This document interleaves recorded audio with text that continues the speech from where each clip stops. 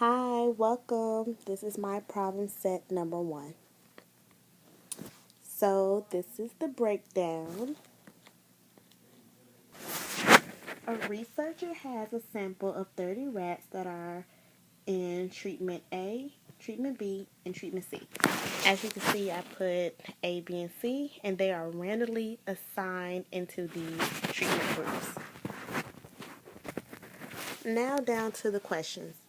First question is Part A. Explain how the clone experiment is better than a between subject design. So basically, in other words, how does the clone experiment eliminate the basic problems between a subject study? Well, for starters, what's a between subject design anyway?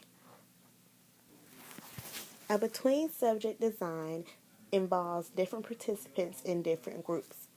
As you can see, since there are 3 groups that the rats are being put in, I put IV1 as an independent variable 1, independent variable 2, and independent variable number 3.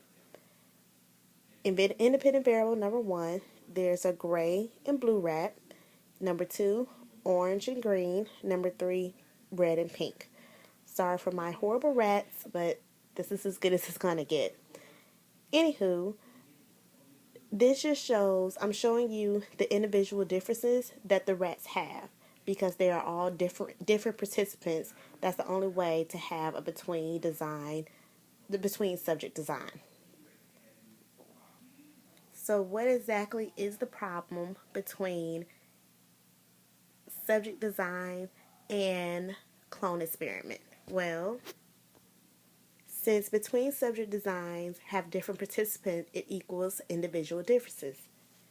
Since the individual differences may cause different results without any help from the manipulation of the IV treatments. So regardless of the whatever may happen in each of the treatment groups A, B, and C, the fact that they have individual differences could already have a very big impact on the study without the researchers knowing because they have individual differences. So, moving on to question B, explain why the clone experiment is better than a within subject study using 10 regular rats to be tested in the 3 treatments. Basically, explain why the clone experiment eliminates the basic problems, or explain how the clone experiment eliminates the basic problems within a subject's design. As I stated before, with between subject designs, what is a within subject design? Within subject design, every participant is the same, which may sound like a good thing with the clone experiment, but the downside is the fact that within subjects design, they test the participants multiple times or they change the order of conditions. So those are the 2 downsides to why a clone experiment in this situation is better than doing a within subjects design study. And as you can see, all of my little rats are colored the same because this is within a subject design.